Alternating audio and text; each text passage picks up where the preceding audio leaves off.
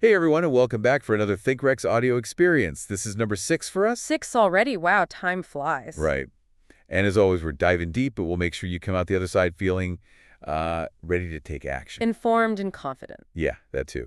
This time we're tackling long-term cost optimization. Versus short-term development agility. Yeah, in IoT. And that's a constant balancing act. It really is, and it's not just about the tech. No. Nope, it's a core business challenge, really.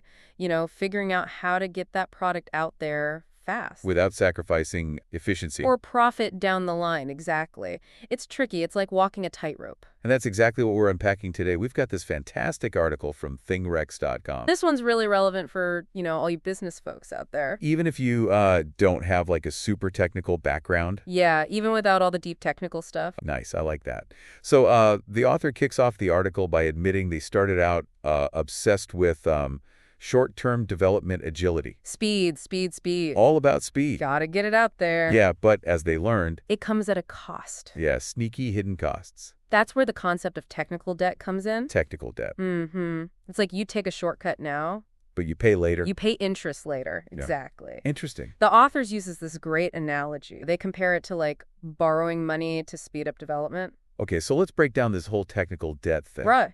It sounds kind of scary. Well, it can be, especially if it, gets out of control. Oh, okay. Imagine this. You're building a smart agriculture system. Okay, I'm following. And to save time, you opt for this cheap, readily available temperature sensor. Right. You get the product to market faster. Everyone's happy. Great. But here's the catch. Uh-oh. This sensor lacks the accuracy needed for some of the, advanced features you plan to add later on. Like what? Like microclimate adjustments. Oh. Now you're stuck. Stuck. Yeah, and replacing the sensor down the line will cost you Time. time and money. Ouch. That's that interest on your technical debt. Okay, that makes total sense. So it's like trading future flexibility. For speed today. Gotcha. And this technical debt, can manifest in so many ways. The author mentioned that for them, adding new features, it became a nightmare. The codebase was a mess. They had to spend weeks, just figuring out how things were even connected before they could even start coding the new functionality. Oh, wow. Yeah. So it's not just about the cost of fixing things later.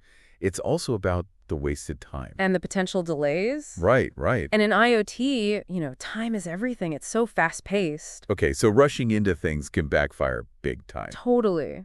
But what about the other side of the coin? Hmm. What does long-term cost optimization look like in practice? The author's second act focuses on exactly that, taking a step back Okay. and prioritizing efficiency, scalability, and sustainability. And what does that actually look like? Think of it like building a house. Okay, yeah. With a strong foundation, it might take a bit longer upfront, Right. but it will stand the test of time. So we're shifting from a sprint to a marathon mentality. Yeah, exactly. Okay. And remember, efficiency translates into real savings. Imagine you have an IoT system for tracking goods. In a warehouse. Yeah, in a warehouse. An efficiently designed system will transmit data only when necessary, Oh, okay. optimize device power consumption, and use cloud resources wisely. This all adds up to, lower operating costs. Which means higher profit margins. Potentially, yeah. I see how that would be appealing to any business as a... Especially in the long run. Right. But here's where it gets interesting. Oh. The author also realized that trying to over-optimize for a future that you can't fully predict Yeah. can also be problematic. So you're saying it's possible to, go too far in the other direction? Absolutely. What if you spend months perfecting a system for 1 million connected devices. Yeah. But your product only ends up with a few thousand users. You've invested heavily in something you don't fully need. Wow, yeah. Yeah. So it's about finding that sweet spot. That balance.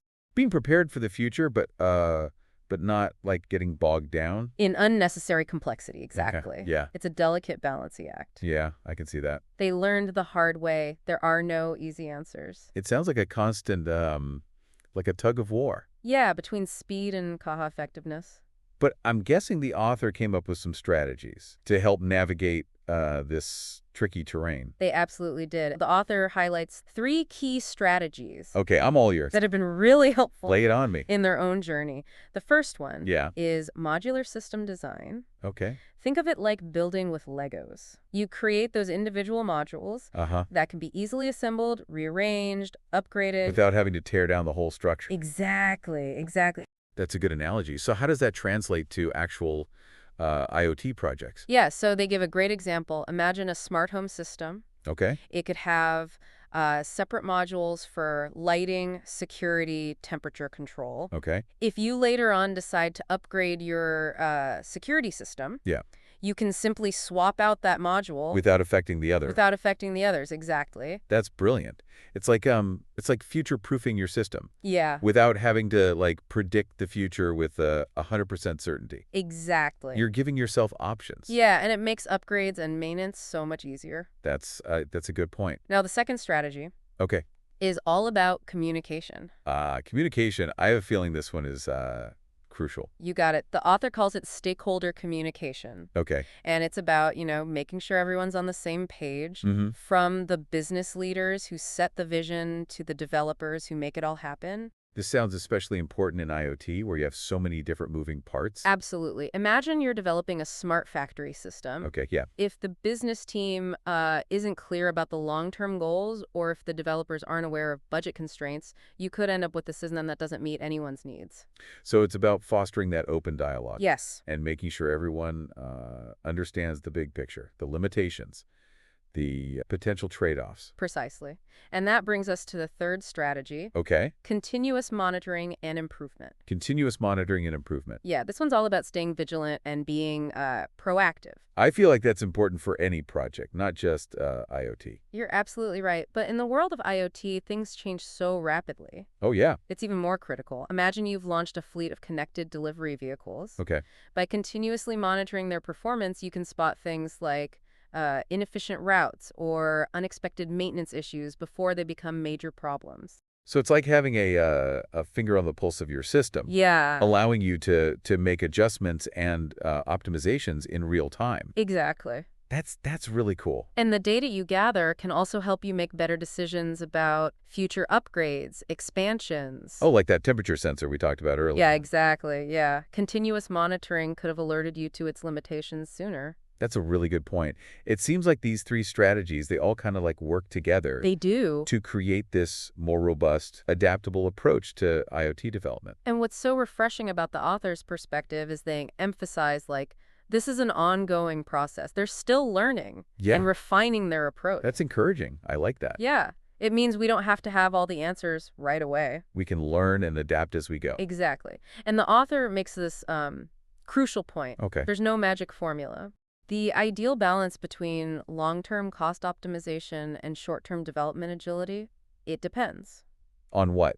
The specific project, the industry, the market dynamics. So it's about understanding the principles, being aware of the trade-offs, and then like customizing your approach Exactly. to fit your unique situation. And that's what makes this field so fascinating, and challenging. Okay, yeah. It's not about following a rigid set of rules. It's about thinking critically, being adaptable, and always being willing to learn and experiment. It reminds us that even in tech, human judgment and ingenuity are still so important. Very important. But, I keep thinking back to that idea of technical debt. Mm-hmm. It feels like something that can easily sneak up on you. You're absolutely right. Ignoring technical debt can have serious consequences. It's a bit like ignoring a small leak in your roof. Oh, yeah. It might seem minor at first, but if you don't fix it, it can lead to major damage. Yeah, that's a good point. So how can we be more proactive Yeah. about managing technical debt? Are there any, warning signs? That's a great question. The author does mention a few red flags Okay. in their article. What are they?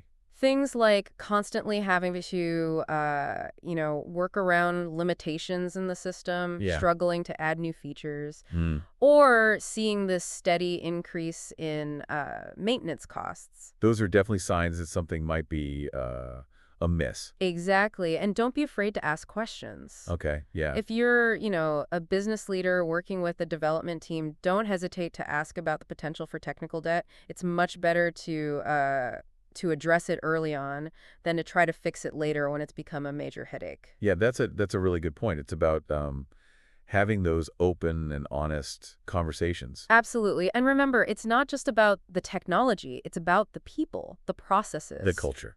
the overall culture, yeah, of your organization. So it's about creating an environment where people feel comfortable speaking up Yeah, about potential problems where there's a real understanding of the long-term goals. and a commitment to continuous improvement. Exactly. And when you have that kind of foundation in place, you're in a much better position to navigate the complexities of IoT and create solutions that are both innovative and sustainable.